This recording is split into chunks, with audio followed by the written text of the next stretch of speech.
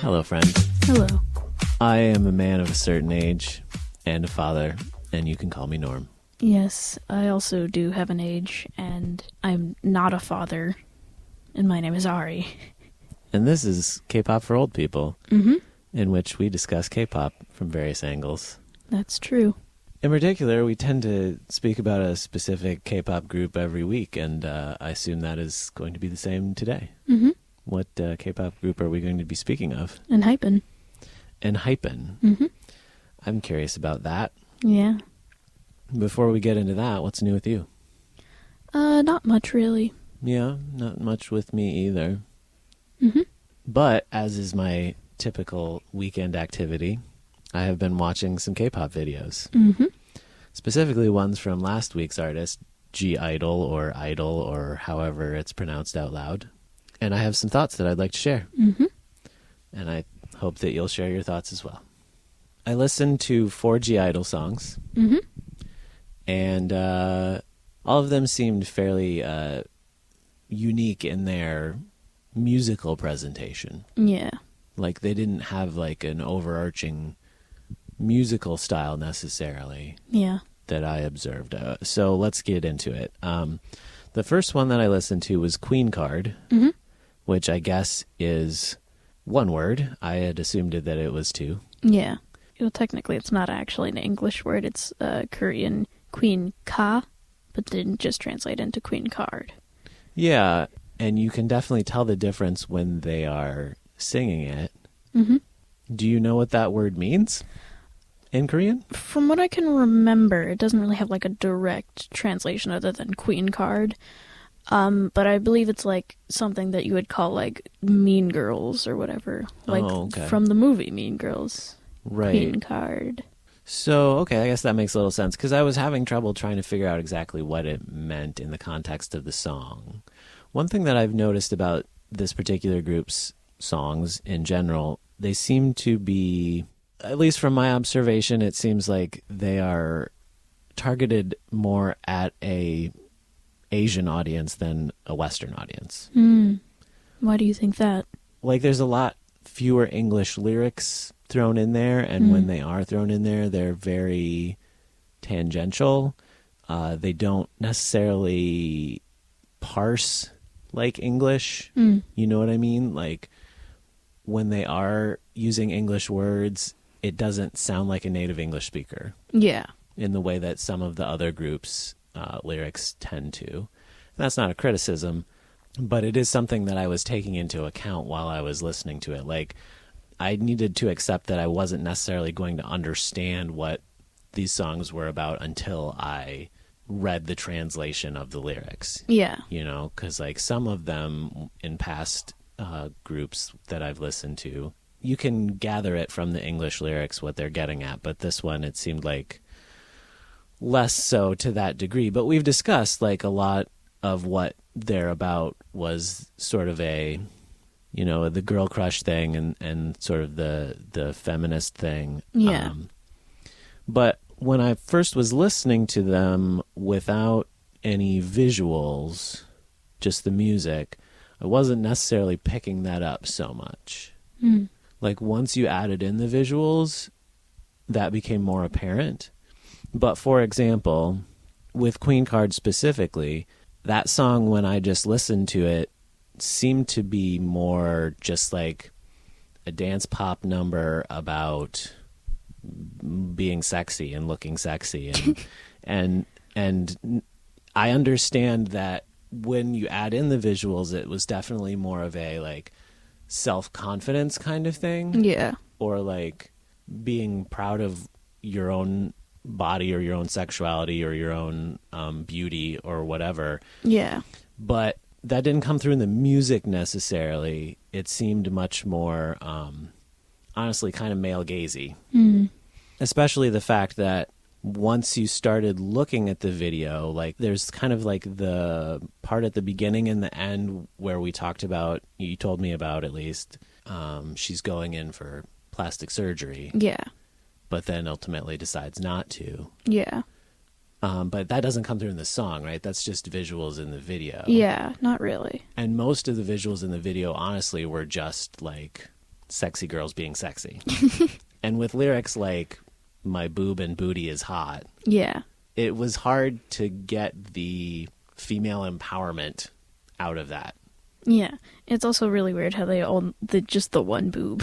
Yeah, that's what I mean when I'm talking about like the lyrics don't sound like they were targeted necessarily at an English-speaking audience as Yeah. much. It did seem a little unusual to me because of the fact that, like, in that video, I think they're all blonde, like long hair, Yeah. long blonde hair. And Most they're of the time. all, like, wearing these sexy, fashionable outfits. And, Lots of hot pink. yeah, like, there's definitely an aggressive sexuality about them as a group, it seems like, which there's definitely a place for that, I think, in feminism. Like, female empowerment includes, you know, embracing one's own sexuality. But it doesn't read that way as much when there's like these conventionally attractive skinny girls talking about how hot they are Yeah. in a way that like is different. For example, like say Lizzo, Yeah. who also is very aggressively sexual and talking about female empowerment and like self-love and things like that. Yeah. But it reads differently because it's Lizzo. Yeah. So that's what I think about Queen Card. You mentioning the whole like sexuality thing made me think of their song "Oh My God," which is from what I can remember about having sex with a lesbian demon. Okay, well, you should have mentioned that, 'cause Yeah. I should have listened to that yeah. song. It's a pretty good song. I like it. Yeah. Speaking of, so like we talked a little bit last time about the kind of intersection between the K-pop world and its conventional femininity and presentation of, you know, female bodies in a sort of sexualized way, but Yeah. how does that play in with like queerness and all that? And so like the mention of a lesbian demon throws kind of a wrench into the way that I was looking at things. But along that line, I also listened to Tomboy, Yeah. which I bring up because, again, it had, like, the lyrical content and the visual content were kind of a little bit of a disconnect for me because, again, in the video, they're mostly just, like, wearing sexy, fashionable outfits and, like, presenting themselves in a conventionally, like, heteronormative sexual way. Yeah.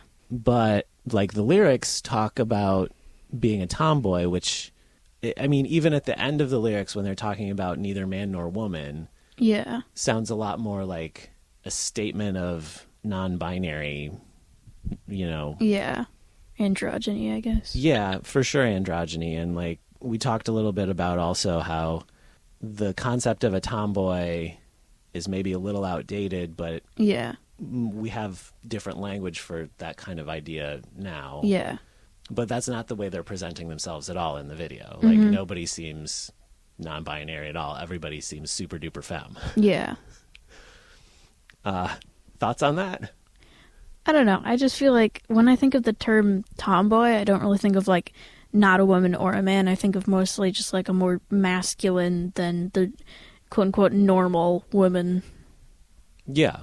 I guess another word for that one could potentially use would be butch. Yeah. But that doesn't seem like the kind of thing that would come into K-pop because that seems like it's a little too queer, frankly.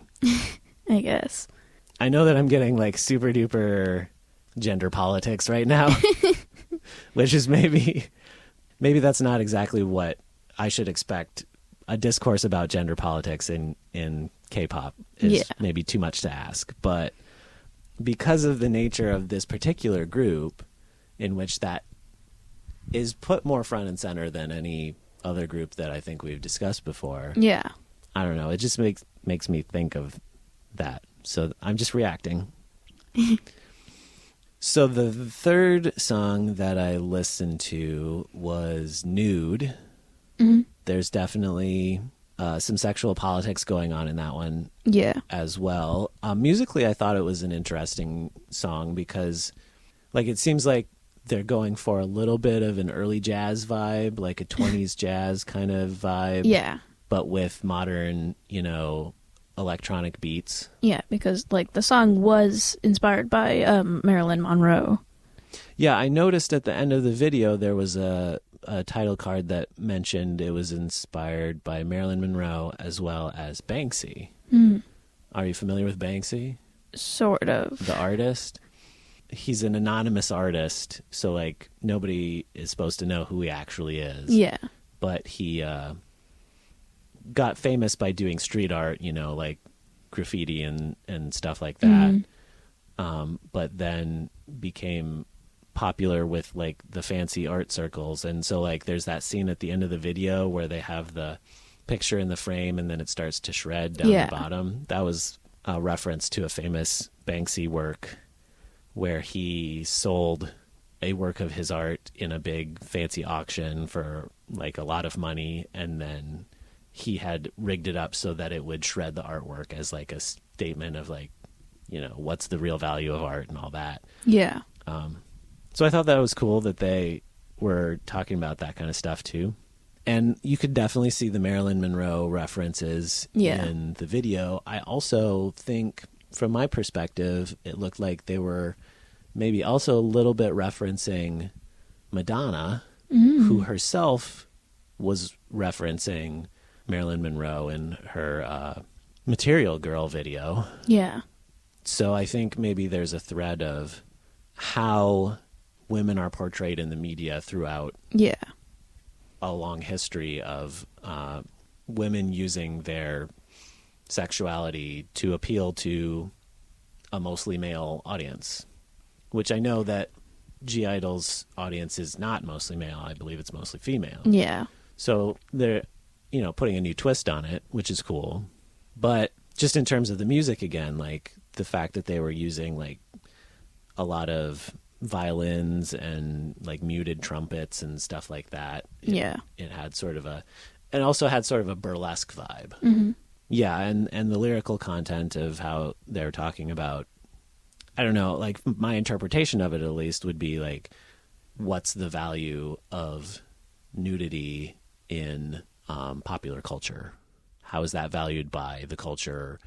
Like maybe do we need to reconsider how that is valued?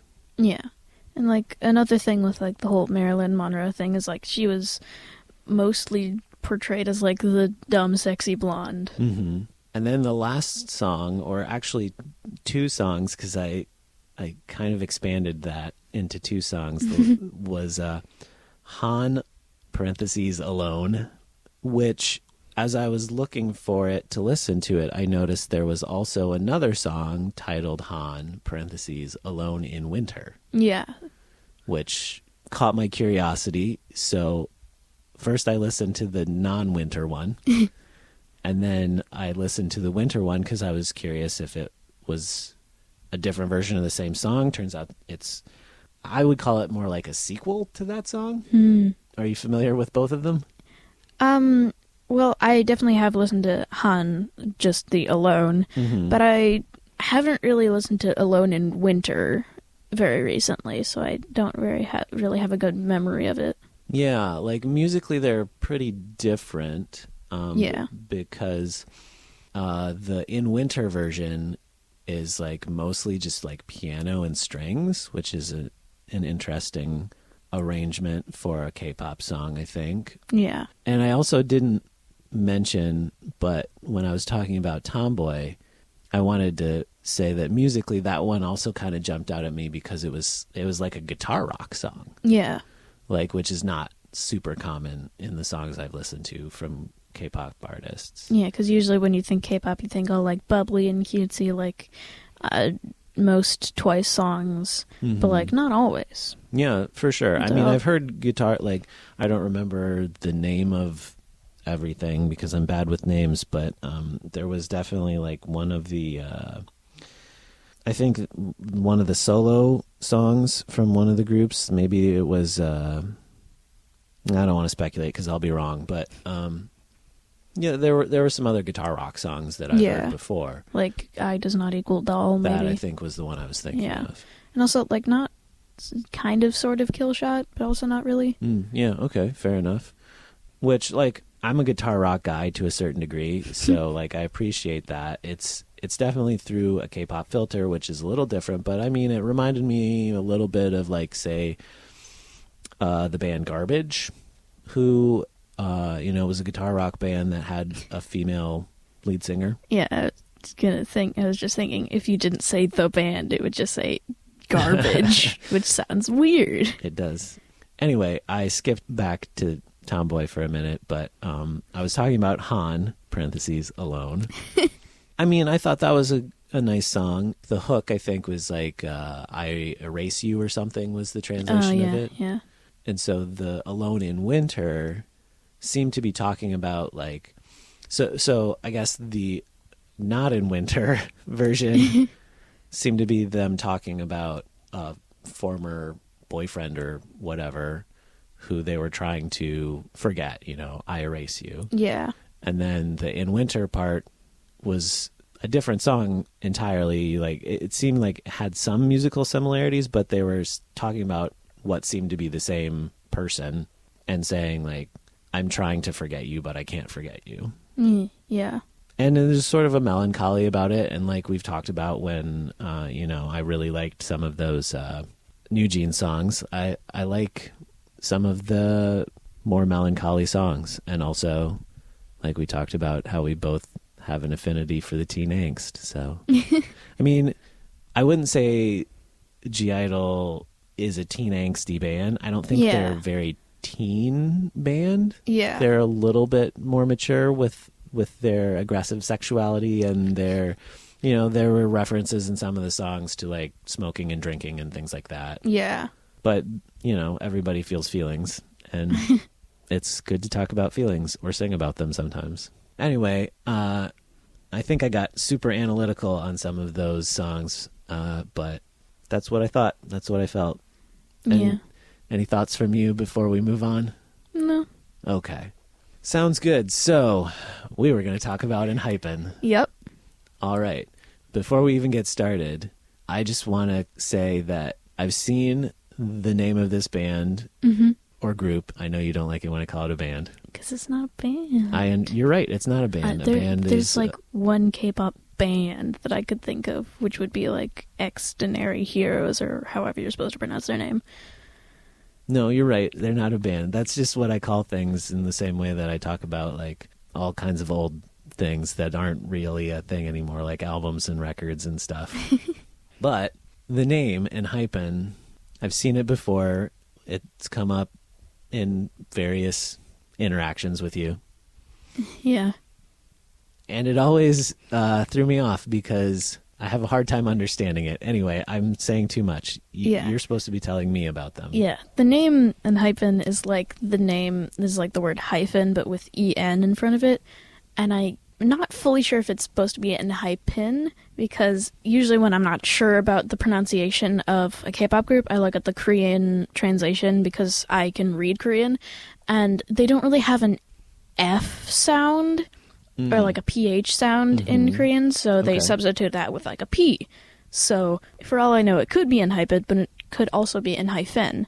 But I still think it's ENHYPEN. Yeah, that was what was confusing me about it, is because it does look like it should have the word hyphen in it, but it also doesn't. And so that explanation helps a little, but also I'm not sure why they would want to have the word hyphen. I don't either. It's just a punctuation mark. Yeah. But also I was wondering if like it was maybe sort of a pun on hype. Maybe. Okay.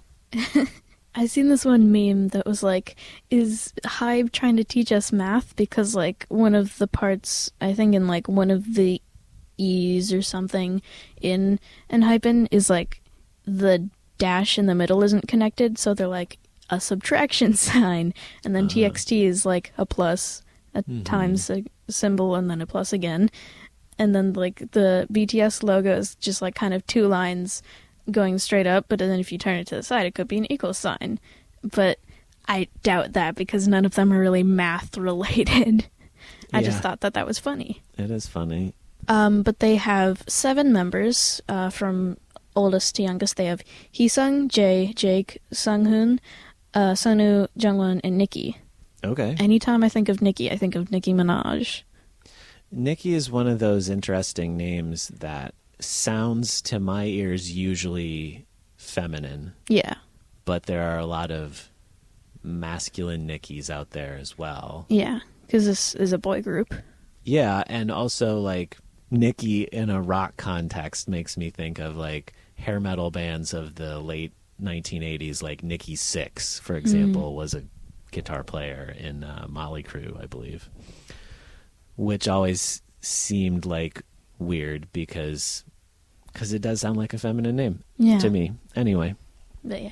Another thing that like connects all of the three boy groups, the three main boy groups, I guess, from HYBE labels, is BTS and ENHYPEN have the same amount of numbers. They have 7. Mm-hmm. And so they would be able to like very easily do covers of BTS songs, which they have done before. Okay. Because like the problem with TXT is they only have 5 members, so they'd be missing 2 people, and so they'd have to substitute like lines or something. Because when I think of doing K-pop covers, I think one member has this specific member's lines and like places, but like that's not always the case because maybe they have a different amount of members, so they have to like kind of rearrange lines and positions for people. Sure. The foreign members that they have are Jay is Korean American, Jake is Korean Australian, and Nikki is Japanese. Okay. So that's pretty cool, I guess. They debuted on November 30th, 2020, so they're sort of new. Not as new, though, with the song Given Taken, which the names of a significant amount of their songs are one word dash another word. Oh, interesting. Is Like- it a dash or is it a hyphen? A hyphen. It's a hyphen, yeah. I guess. Pretty much. Well, I'll have to think about that. But yeah, for some examples that I have written down is Tamed Dash, Given Taken, Drunk Dazed, Blessed Cursed. And others, Huh. maybe. Those All are the right. only ones that I've written down. But their most recent song was Blossom, I believe, which is a Japanese song. I haven't listened to it yet, but I hear it's pretty good. Okay. Their company is B-Lift Lab under HYBE labels, Oh, okay. because there's like 1,600 companies under HYBE labels, and they're all very different. But then they all get grouped together. So like, why isn't HYBE labels just one company? Why do they have 6 trillion companies under them? That's a fair question. Yeah. But their fan group is called Engine, which I don't know how that relates to anything really for them, because their concept is like vampires, which isn't very common in K-pop, I guess. Okay, well, that one I did not see coming. Yeah. So, It's pretty like noticeable in like their song Bite. well, I can't that remember makes if it's sense, called yeah. Bite or Bite Me, but like the whole thing about that is like, you know, they're vampires. But like, how does ENHYPEN and Engine have anything to do with vampires? All of those words don't make sense together to me. Yeah. But another thing about their song Bite Me, I believe, is in the main choreography for like the chorus specifically, most of the time they have women with them. Like Okay. dancing together in their own little pairs, which a lot of people didn't like, and so they were like protesting to remove the women, because they do have solo choreography where everybody's doing their own thing with like no other backup dancers. But like one of the main points of that song was they have the women there and they were like dancing alongside of them, but like they're backup dancers, it's kind of their job, they kind of have to do that. Yeah, what do you think that the nature of the conflict was for people that there was women?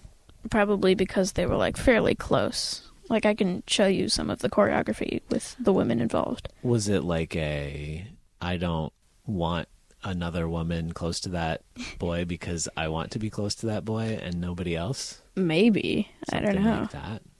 Oh, okay. So you're showing me some of the video and they are dancing in pairs, which is not something that we've... Yeah, it's pretty close.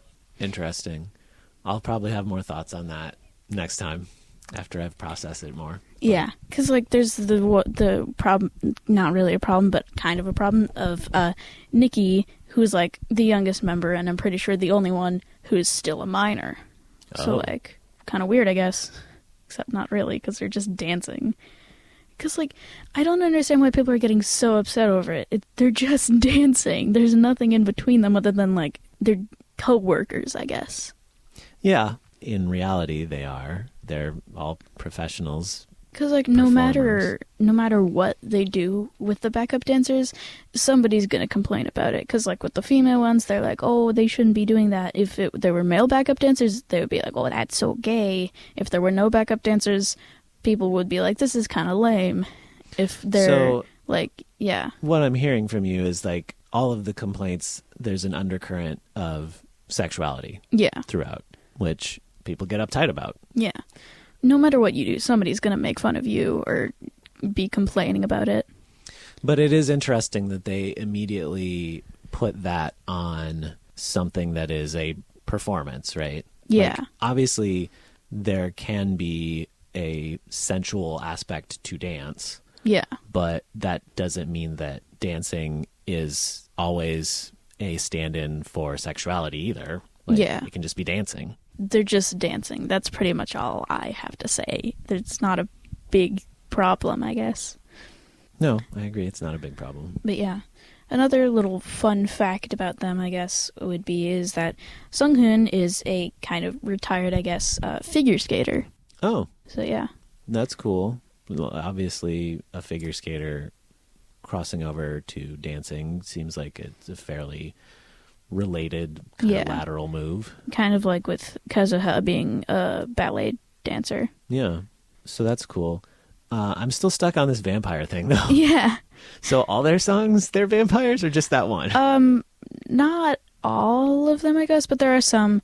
Like, for example, their debut song, Given Taken, is pretty vampire-y, and like their song Drunk Dazed is pretty vampire-y because like they're drinking some red liquid that I'm pretty sure we're supposed to believe is like blood or something, but it just straight up looks like Kool-Aid. Because like it's not like they're going to be drinking actual blood, especially not human blood. Okay. And also in that, another fun part about that I really, the music video for Drunk Dazed that I really like is they have like kind of this bleeding room that like starts out with just like a pretty empty beige-ish white room, and then it starts bleeding, which I think would be really cool to have. Have a room that bleeds? Yeah, because like I wouldn't put actual blood in it, but I put like a blood kind of thing. I'm glad that you're not harvesting blood for your blood room. I'm not a real vampire like they are. Yeah, I would say, like, no, I get what's cool about that from a visual kind of perspective, but practically speaking, it seems because like if you have somebody at your house that you don't like, bring them into the blood room and then start freaking out. I suppose you could do lots of fun things with it. You could use it for a photo shoot, for like a fun video or something. It's really cool, but also that'd be hard to clean up a bunch of blood stains from a beige-ish white room. Yeah, you definitely need a drain in the floor in the blood room so that you can just like, bring the hose in there and just spray it down. No soft surfaces, please. Yeah. That's why it's an empty room, because then you get blood all over your stuff. Yeah. But like after it's been bleeding or something and it's been like filling up with blood or whatever, it'll look cool to just have a really blood-stained room, and people would be very confused why you have a room that's slightly tainted red. Yeah. I guess they would. It sounds like you're into the vampire thing. Yeah, I think it's pretty cool. If you've got an angle, like, run with it. Absolutely. And I'm down with vampires. I like vampire movies. I've read the book Dracula, like, a bunch of times. Yeah. I like vampire lore, and it's fun. Like, obviously, I don't believe in actual vampires, but... it's a cool concept. It's a fun concept, and I think it works as a nice metaphor for a lot of things. But culturally, vampires kind of go in and out of favor, right? It seems like there was the whole Twilight thing for a while there, where vampires were just like, everybody was into vampires for some reason. Yeah. And then I guess that wave kind of passed, and then I know that there's like vampire TV shows like True Blood and stuff like that. I guess I don't have my finger on the pulse, no pun intended, of where vampire popularity is right now. It's also interesting because you mentioned that they debuted in 2020. Yeah. Which is like, and late in 2020, so like the pandemic was already a thing. Yeah. And so like the idea of blood and, I mean, I guess it's a little bit of a horror kind of concept at that particular point in time. I guess I wouldn't have expected it. Yeah. But now I'm super curious to learn more about this band and group. It's a group, not a band. Oh, thank you. This group. Yeah. But another funny thing that has like pretty much nothing to do with the vampire theme of their music is they've done like at least 2 songs for a kids show that are like so different from their vampire-y concept. And like the 2 kids songs are Billy Poco and Hey Teo, whatever. I'm pretty sure maybe it's the same show. I don't know. I've never watched it before because I'm not a baby anymore. It's a show for babies? Pretty babies or small children, stuff like that. It's a kids show. Yeah.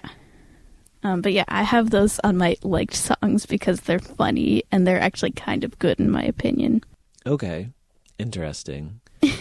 This one keeps throwing me curveballs and yeah, I'm here for it. And like other K-pop songs for kids that like I think you would know is like Candy Pop by Twice or like Hey Gabby by NMIX, which is for Gabby's Playhouse. It's like a kids show. I've watched like 1 episode of it, but like that's pretty much it. So when you say it's a kids show, is it a kids show in Korean for a Korean audience? No, I'm pretty sure it is. I'm pretty sure they do have like a Korean version, but I'm pretty sure it is American. Oh, okay. I was not aware of that kind of crossover, but it makes sense. Like, yeah, I've noticed when I've been looking through the discography of various groups before that there will be, you know, soundtrack songs from TV shows and stuff like that. Yeah, K-dramas. Yeah.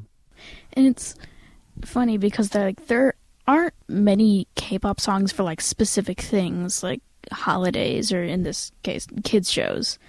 Because like for example, another song by NMIX is Funky Glitter Christmas, which is a Christmas song and it's like really good. I really like it.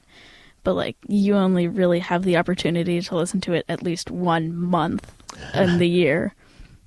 But yeah. There's also like Christmas Evil by Stray Kids, which is another Christmas song that I like.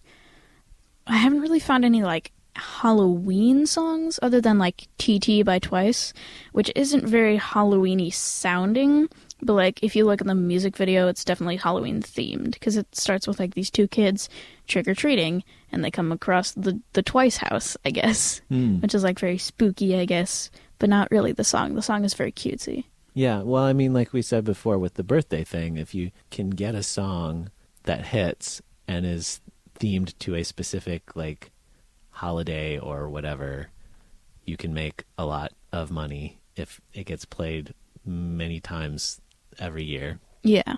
And then there's also the like we've talked about this before, but there's like Ives, can't remember if it was Love Diver After Like and 17's Darling Christmas version, which is just the same song pretty much but different music but the same lyrics. Yeah. And it's just more Christmassy. Yeah. And like I've listened to those before. I have it on my Christmas playlist, but most of the songs on my Christmas playlist aren't very serious. It's just so weird to listen to it because it's like I recognize the songs so much because they're more of like a summer-y song and then they somehow turn it into a Christmas song with the same lyrics, but like it's just so like off-putting, I guess. Yeah, just add sleigh bells, instant Christmas song. I don't know if ENHYPEN has done any Christmas songs, but I don't know, maybe they will. It seems like it would not be a very good matchup with vampires. Somehow make a vampire-y Christmas. If somebody could pull it off, I would be very interested. Yeah. Because that sounds amazing, but it seems like it would be pretty hard to pull off. Yeah. So I definitely wrote down Bite Me as a song that I need to do a deeper dive into. And I know you mentioned a bunch of other ones, but I didn't take specific notes. So which songs do you think are good ones for me to listen to? I think you should listen to Drunk Dazed. Drunk-dazed. Mm-hmm. The song Tamed Dash was what got me into ENHYPEN specifically. Like, Jake was the one who stood out to me, and he's probably my bias, I guess. And that's a pretty cool song, I guess. What was the name of it again? Tamed-Dashed. Tamed Which I have no idea what Dash. any of those things mean in the, like, hyphen names. Interesting. Okay. Because from what I see, they don't really have much to do with the actual song, except for, like, maybe Drunk Dazed. But, like, the song Blessed Cursed, not really.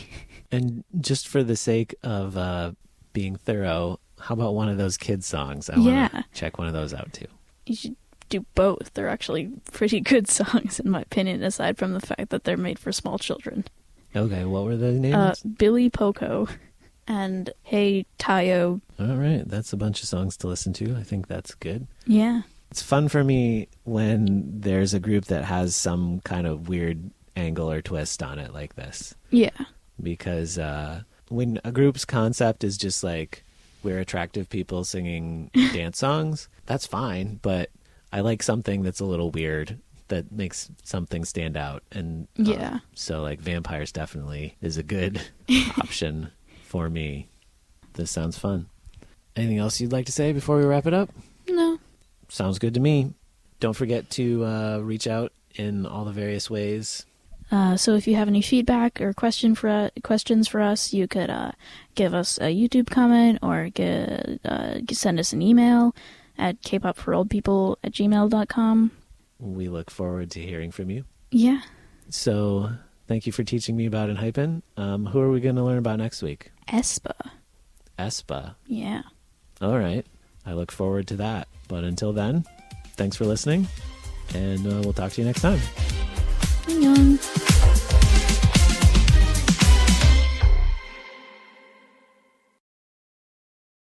Okay. Sounds good. So we were going to talk about, don't tell me, I'm going to remember it. So we were going to talk about ENHYPEN. Yep.